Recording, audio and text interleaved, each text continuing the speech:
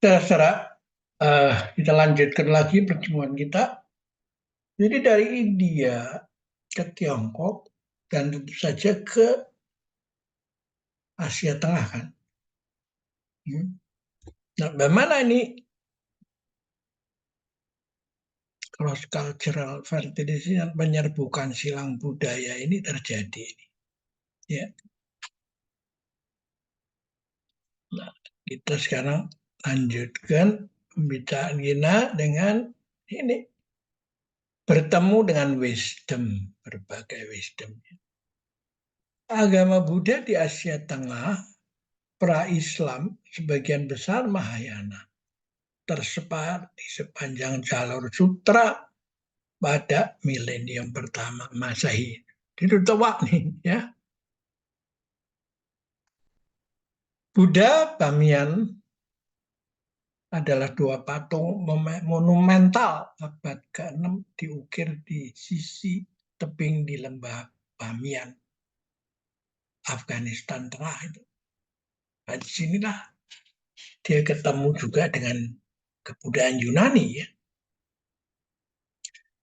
Dari pertemuan lintas budaya itu, kita mengenal dongeng-dongeng sufi seperti kakek tua menanam kurma, sufi kepala ikan, ya,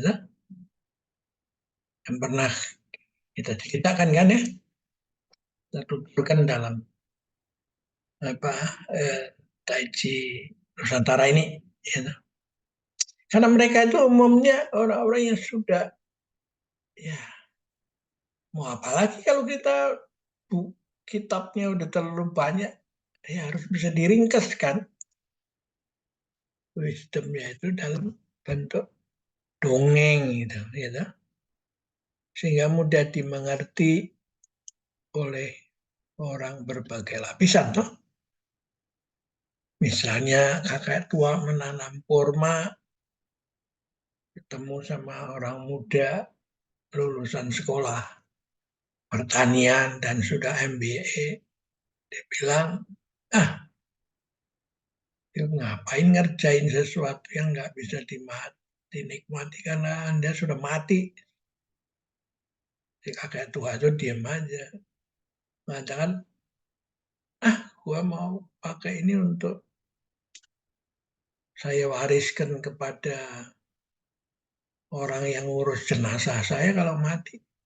Kalau nggak ada yang ngurus kan jenazah saya jadi busuk di alam kan.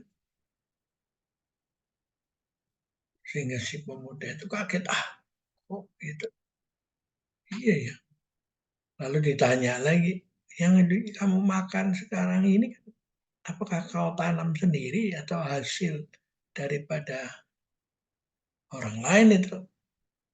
Dari menanam, memanen, masak sampai Anda makan. Lantas kamu mau ngemplang gitu aja setelah kamu mati. Kan nggak bisa. Nah, cerita juga ini membuat nilai-nilai intrinsik altruisme dalam agama itu diajarkan. Bukan hanya sekedar ayat tentang the down and the dust, apa yang boleh dan apa yang dilarang. Kalau dilakukan dapat hadiah di surga, kalau tidak dilakukan ya nanti jebloskan ke neraka. Ya cukup cara itu. Lalu tentang sufi kepala ikan misalnya, ya kan? Di mana ada seorang yang belajar bagaimana menekan egonya sendiri, ya kan? Tidak egois, lalu dia disuruh berlatih, disuruh kamu cari ikan sana. Tapi kalau sudah dapat, potong kepalanya, badannya dikasih tetangga. Lalu kamu hanya boleh makan kepalanya aja. Itu salah satu latihan, gitu.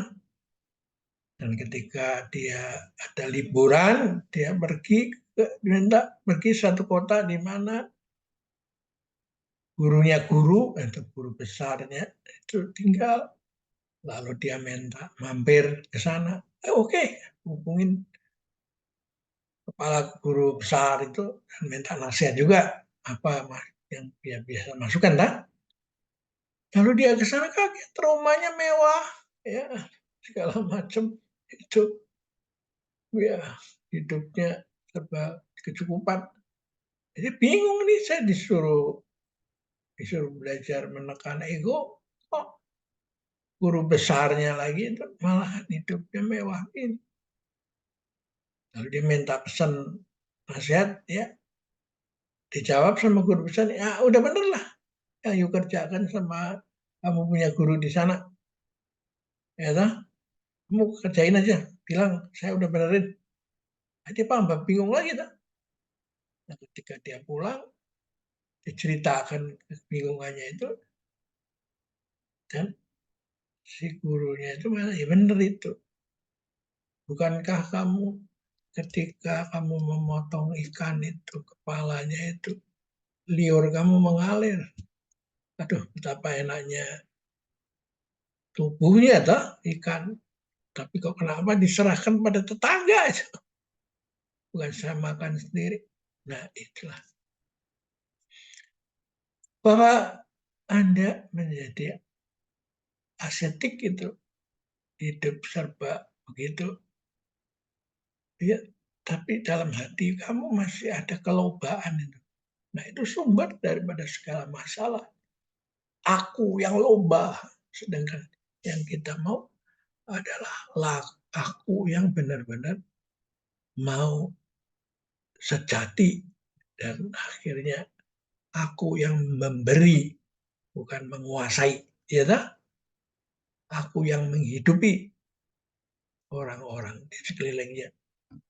Karena air sungai tidak mengalir untuk meminum airnya sendiri, bunga tidak harum untuk disedot sendiri, ya tak? Ya, semua hidup memang untuk orang lain. Itu adalah mestaku, semesta mendukung jalan alam semesta itu, ya. Ada lagi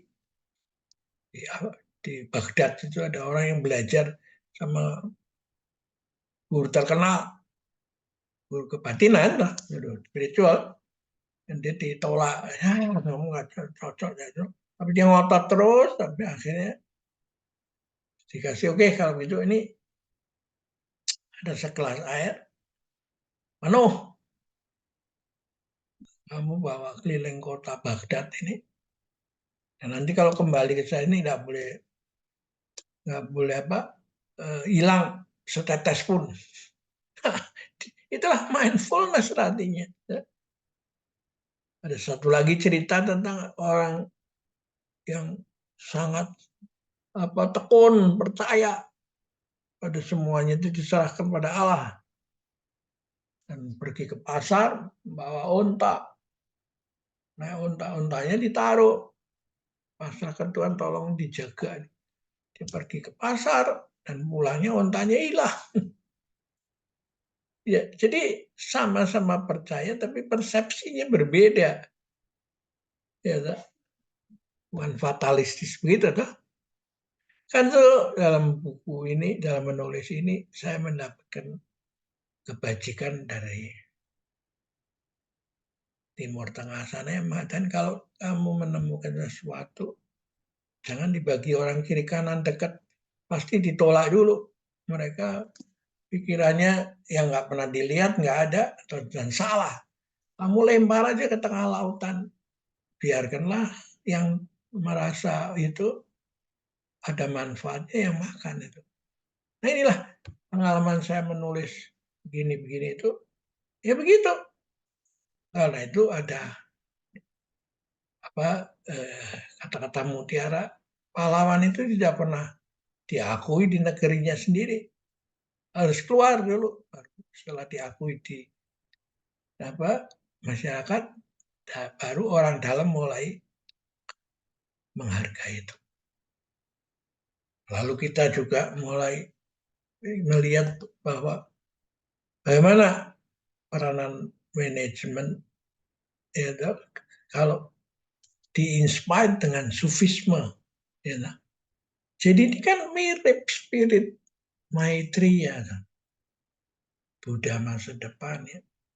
Karena tidak cukup dengan menolong orang yang susah, tapi juga ikut terlibat memberi inspirasi, ya, semangat pada membangun dunia yang baik, mencegah pemanasan global, perusahaan lingkungan, penggunaan bom atom dan ya senjata pemusnah massal lain-lain ya yang membahayakan peradaban ini. Peperangan yang sampai 20.000 orang ya di Gaza sana ya, gencatan senjata sebenarnya keluar lagi, rame lagi, nanti diem berapa tahun lagi muncul lagi. Bagaimana gitu? Gitu. Nah, dalam buku The Dancing Leader ada bab khusus tentang kumpulan kisah-kisah kuno yang mencerahkan. Silahkan disimak ya. Dan saya rasa kita akhiri dulu dan nanti dilanjutkan dalam pertemuan berikutnya. Terima kasih.